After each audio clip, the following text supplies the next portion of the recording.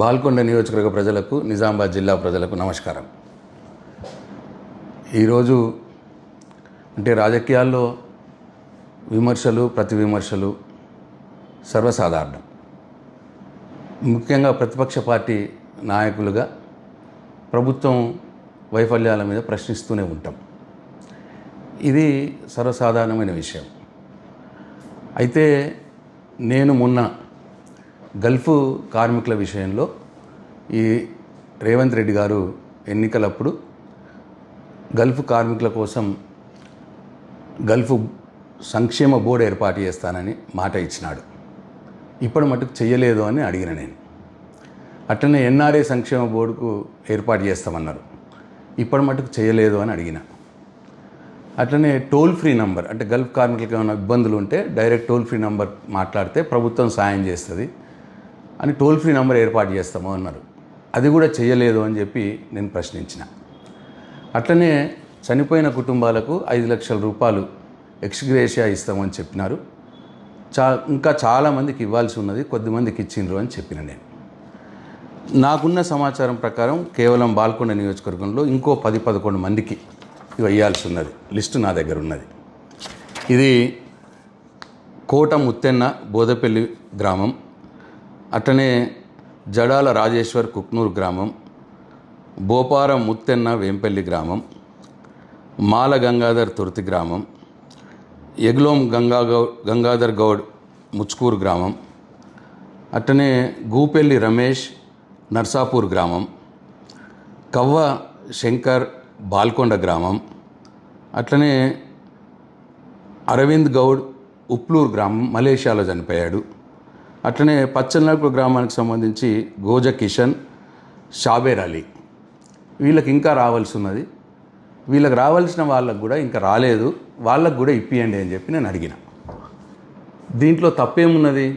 ప్రతిపక్ష నాయకుడిగా, ప్రతిపక్ష పార్టీ ఎమ్మెల్యేగా నా బాధ్యత ఇది. ప్రభుత్వాన్ని ప్రజలకిచ్చిన మాట నెరవేర్చమని అడిగే బాధ్యత నా మీద ఉంటుంది. రేవంత్ రెడ్డి గారు అనేక హామీలు ఇచ్చినారు, హామీలు అమలు చేయట్లేదు, ప్రజల్ని మోసం చేస్తూ ఉన్నాడు అని చెప్పిన. దానికి మానాల మోహన్ రెడ్డి గారు నా ఇంటి మీదకి ముట్టడికి వస్తా అని చెప్పి మొన్న సవాల్ విసిరినారు. నా ఊరికి వస్తా, వేల్పూర్కి వస్తా, నీ ఇంటి మీదకి వస్తా అని చెప్పి సవాల్ విసిరినారు. ఇవాళ కొందరు కాంగ్రెస్ కార్యకర్తలు వచ్చి నా ఇంటి మీదకి కూడా వచ్చినారు, నా ఇంటి మీద దాడి చేసినారు. అయిపోయింది. ఇప్పుడు మానాల మోహన్ రెడ్డి గారి కడుపు చల్లబడ్డదా? ఇప్పుడు నా ఇంటి మీదకి దాడి చేస్తే ప్రజలకు వచ్చిన లాభం ఏంది? ప్రజలకు ఒరిగింది ఏంది? ఇట్లా మేము 10 సంవత్సరాల మేము ప్రభుత్వంలో ఉన్నప్పుడు మా కేసీఆర్ని కానీ మమ్మల్ని కానీ అనరాని మాటలు అన్నారు. ఇదే మానాల మోహన్ రెడ్డి గారు అన్నారు. కాంగ్రెస్ పార్టీ ఇన్ఛార్జ్ బాల్కొండ ఆయన నన్ను వ్యక్తిగతంగా చాలా మాటలు మాట్లాడినాడు. కానీ ఏనాడైనా వాళ్ళ ఇంటి మీదకి మేము పోయినామా? మేము అధికారంలో ఉన్నప్పుడు పోయినామా? ఇది సభ్యతనా?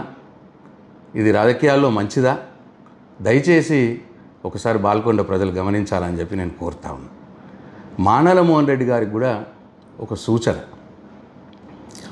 నా ఇంటి మీదకి దాడి చేస్తున్నావు, లేకపోతే నేను రాజకీయ సన్యాసం తీసుకుంటున్నావు, లేదు మా వాళ్ళు నీ ఇంటి మీదకి దాడి చేస్తున్నావు, నువ్వు రాజకీయ సన్యాసం తీసుకోవాలని అడుగుతున్నావు, దాంతో ప్రజలకు వచ్చే లాభం ఏమి లేదు. అది వట్టి టైంపాస్ కార్యక్రమాలు ఇవన్నీ.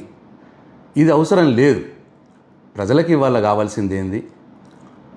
పార్టీలు ఎన్నికలప్పుడు వారు ఇచ్చిన హామీలు నెరవేర్చాలి. ఒకవేళ నెగ్గిన పార్టీ వాళ్ళు ఇచ్చిన హామీలు నెరవేర్చకపోతే నెరవేర్చమని నిలదీసే హక్కు ప్రతిపక్ష నాయకుడిగా నాకు ఉంటుంది. నాకు ప్రజలు ఇచ్చిన బాధ్యతనే అది. నేను అడగటమే ఇప్పుడు నా బాధ్యత. ఎందుకంటే ఇవాళ బాల్కొండ నియోజకవర్గంలో 51,000 మంది రైతులు ఉంటే 21,000 మందికి మాత్రమే రుణమాఫీ అయింది. 2 లక్షల రుణమాఫీ. ఇంకా 30,000 మందికి రుణమాఫీ కావాలి. మోహన్ రెడ్డి గారు ఆ పని చెయ్యండి. మీ ముఖ్యమంత్రి గారికి చెప్పి ఆ 30,000 మంది రైతులకు 2 లక్షల రుణమాఫీ ఇప్పియండి రాని వాళ్ళకి. అది చెయ్యాల. ఈ ఇంటి ముట్టడితో వచ్చేదేం లేదు ప్రజలకు. నా ఇంటి మీదకి వచ్చి దాడి చేస్తే ప్రజలకు జరిగేదేం లేదు. అట్లనే రైతు బంధు మీరు ఒకసారి మొత్తంకి ఎగ్గొట్టినారు, ఇంకోసారి 4 ఎకరాల లోపల వాళ్ళకి ఇచ్చి మిగతా వాళ్ళకి ఎగ్గొట్టినారు. ఆ మొత్తం ఎగ్గొట్టిన వారికి తర్వాత 4 ఎకరాల పైన వారికి ఎవరైతే ఉన్నారో వాళ్ళకి రైతు బంధు ఇప్పియండి మీరు ముఖ్యమంత్రి గారితో మాట్లాడి. అది మీరు చేయాల్సిన పని. ఇవాళ మీరు అధికారంలో ఉన్నారు, మీరు ఒక కార్పొరేషన్ చైర్మన్గా ఉన్నారు, అధికార పార్టీ జిల్లా పార్టీ అధ్యక్షుడిగా ఉన్నారు.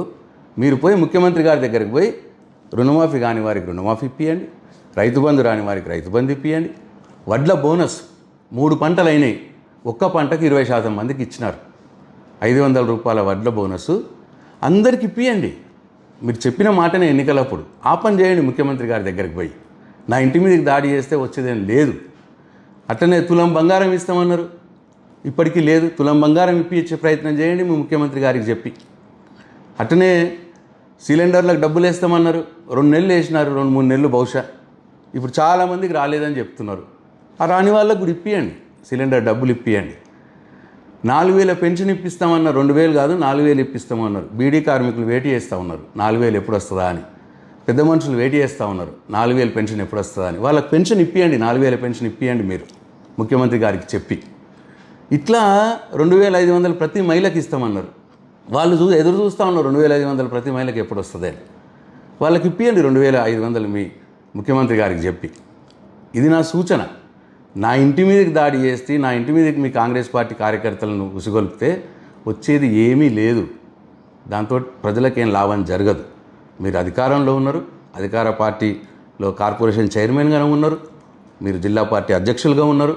కాబట్టి ఇప్పుడు నేను చెప్పినవన్నీ కూడా మీ ముఖ్యమంత్రి గారికి చెప్పి ఇప్పించే పనిలో ఉండండి. అది నిజమైన పని. నా మీదకి దాడి చేసుకోవడం నిజమైన పని కాదు. అది నా బాధ్యత. డెఫినెట్ అడుగుతా. మీరు ఎన్నిసార్లు నా ఇంటి ముట్టడించినా, నా మీద ఎన్నిసార్లు దాడి చేసినా, మీరు ప్రజలకు ఇచ్చిన హామీల్ని నేను నిలదీస్తూనే ఉంటా. ఇవ్వాలి అని చెప్పి నేను ముఖ్యమంత్రి గారిని విమర్శిస్తూనే ఉంటా. ఇది నా బాధ్యత. ఇవాళ ప్రతిపక్ష నాయకుడిగా నా బాధ్యత నేను నిర్వర్తిస్తూనే ఉంటా. మీ దాడులకు నేను భయపడిపోయి నా బాధ్యతల నుంచి నేను తప్పుకోను. కాబట్టి మీ బాధ్యతలు మీరు నిర్వర్తించే పని చేయాలని చెప్పి మానాల మోహన్ రెడ్డి గారికి సూచన చేస్తూ ఉన్నా. అట్లనే ఎవరో ఎన్ఆర్ఐ గల్ఫ్ ఫోరం సంబంధించిన వ్యక్తట దేవేందర్ రెడ్డి గారు పేరు. ఆయన డైరెక్ట్ నా ఇంట్లోకే వచ్చినాడు. ఫస్ట్ ఫ్లోర్కి ఎక్కినాడు. ఎక్కి అక్కడ మా తమ్ముడు ఉంటే మా తమ్ముడిని కొట్టబోయినాడు. అక్కడ గొడవ చేసినాడు. అవసరమా అది? నేను అడిగింది కూడా గల్ఫ్ కార్మికుల కోసమే కదా నేను అడిగింది. దేవేందర్ రెడ్డి గారు, నేను అడిగింది మీరు సంక్షేమ బోర్డు ఏర్పాటు చేపియండి అని అడిగాను. మోహన్ రెడ్డి గారిని, ముఖ్యమంత్రి గారిని అడిగాను. టోల్ ఫ్రీ నంబర్ పెట్టండి అని అడిగాను. ఇగో ఇంకా రానివారు ఉన్నారు, ఈ రానివారికి కూడా 5 లక్షల ఎక్స్గ్రేషియా ఇప్పియండి అని చెప్పి అడిగాను. దానికి మీరు గల్ఫ్ సంక్షేమ బోర్డు సభ్యుడిగా నన్ను అభినందించాల్సింది పోయి నా ఇంటి మీదకే మీరు దాడికి వస్తే ఇది ఏమాత్రం న్యాయము, ఏమాత్రం సబబు? కాబట్టి నా బాల్కొండ నియోజకవర్గ ప్రజలు, నిజామాబాద్ జిల్లా ప్రజలు ఆలోచించాలని చెప్పి నేను కోరుతా ఉన్నా. జై తెలంగాణ, జై కేసీఆర్.